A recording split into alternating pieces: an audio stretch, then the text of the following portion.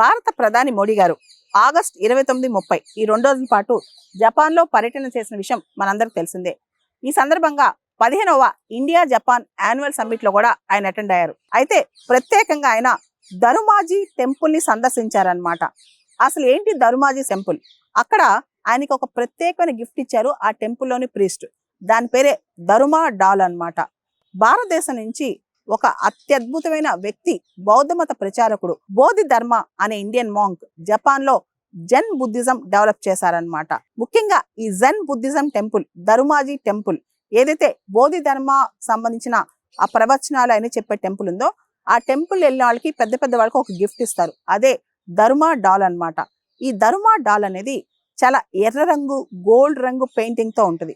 ఆ ధరుమా డాల్ అనేది ఒక symbol of perseverance, resilience and good fortune. అంటే ఓపిక, మళ్ళా పునరుజ్జీవం, అదృష్టం అన్నీ కలిసి వస్తాయి అనమాట. ఆ డాల్ ఎవరి దగ్గర వస్తాయి అనమాట.